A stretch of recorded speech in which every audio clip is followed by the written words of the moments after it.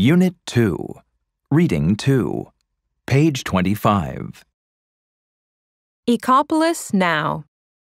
Forget the rural idyll. Urban living may be the best way to save the planet.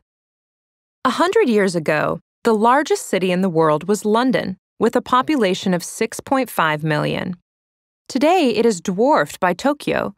With barely a quarter the population of London a century ago, the Tokyo metropolitan area has since mushroomed to 35 million, propelling it to first place in the Global City League table. Tokyo's phenomenal growth is largely due to a single factor: migration from the countryside to the city. It is just one of many to have overtaken London, which with a population of 7.5 million today, doesn't even make the top 20. This rural-to-urban migration can now be seen in scores of cities around the globe, and it has brought us to a pivotal moment in human history.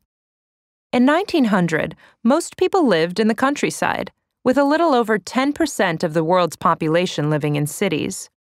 From next year, the UN Population Division predicts that for the first time in history, more people will live in cities than in the country, and the biggest growth will be in megacities, with populations over 10 million.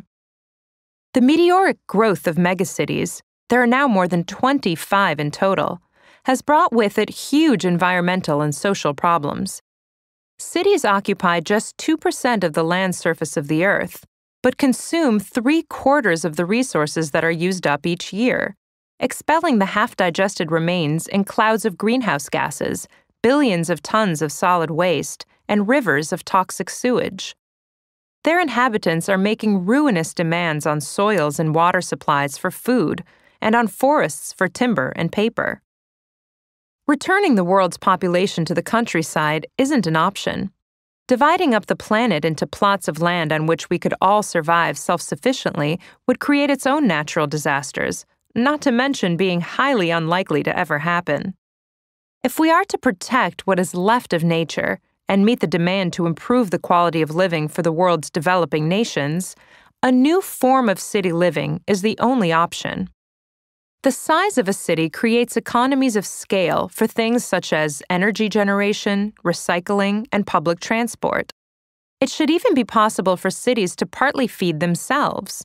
Far from being parasites on the world, cities could hold the key to sustainable living for the world's booming population, if they are built right. Fortunately, governments, planners, architects, and engineers are beginning to wake up to this idea and are dreaming up new ways to green the megacities. Their approaches rely on two main principles: recycle whatever possible and remove as many cars as possible. So as well as developing energy-efficient buildings, emphasis is being placed on increasing the use of public transport and redesigning how cities are organized to integrate work and living areas into a single neighborhood, rather than separating cities into residential, commercial, and industrial zones. The big ideas are still being defined, but many cities already have showcase eco-projects. For example, at the new home of Melbourne City Council in Australia, hanging gardens and water fountains cool the air. Wind turbines and solar cells generate up to 85% of the electricity used in the building, and rooftop rainwater collectors supply 70% of its water needs. In Berlin, Germany's new Reichstag Parliament building cut its carbon dioxide emissions by 94%, by relying on carbon-neutral vegetable oil as its energy source. In San Diego, California, garbage trucks run on methane extracted from the landfills they deliver to. In Austria, 1,500 free bicycles have been distributed across Vienna. Reykjavik in Iceland is among the pioneers of hydrogen-powered public transport, and Shanghai is subsidizing the installation of 100,000 rooftop solar panels. In Masdar, an emerging sustainable eco-city on the outskirts of Abu Dhabi in the United Arab Emirates, a modern version of the Arabian wind tower is used to cool urban plazas. Planners and architects now agree that to improve the social and environmental condition of cities, the top priority is to cut car use. They say zero-emission cars running on electricity or burning hydrogen are not enough.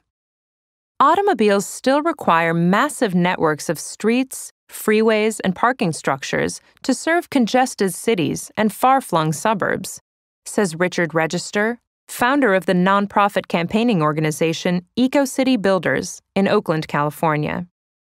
What is needed is a wholesale rethink of how new cities are laid out and how existing ones expand to minimize the need for cars in the first place. One way of achieving this is to build cities with multiple centers where people live close to their work in high-rise blocks that are also near public transport hubs. In parts of the world, this is already taking shape. While planners look at how to cut back the energy consumption of big cities, at the other end of the scale are shantytowns, organically evolved and self-built by millions of people in the developing world without a planner in sight. These shanties meet many of the ideals of eco-city designers. They are high-density but low-rise. Their lanes and alleys are largely pedestrianized, and many of their inhabitants recycle waste materials from the wider city.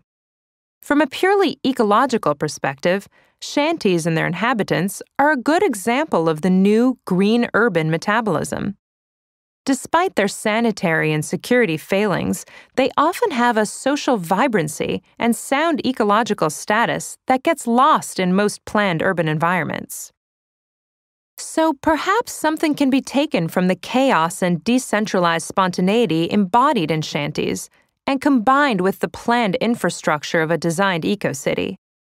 Cities built without extensive high-rises can still be dense enough to make life without a car profitable, and they can retain the economies of scale needed for the new metabolism built around efficient recycling of everything from sewage to sandwich wrappers.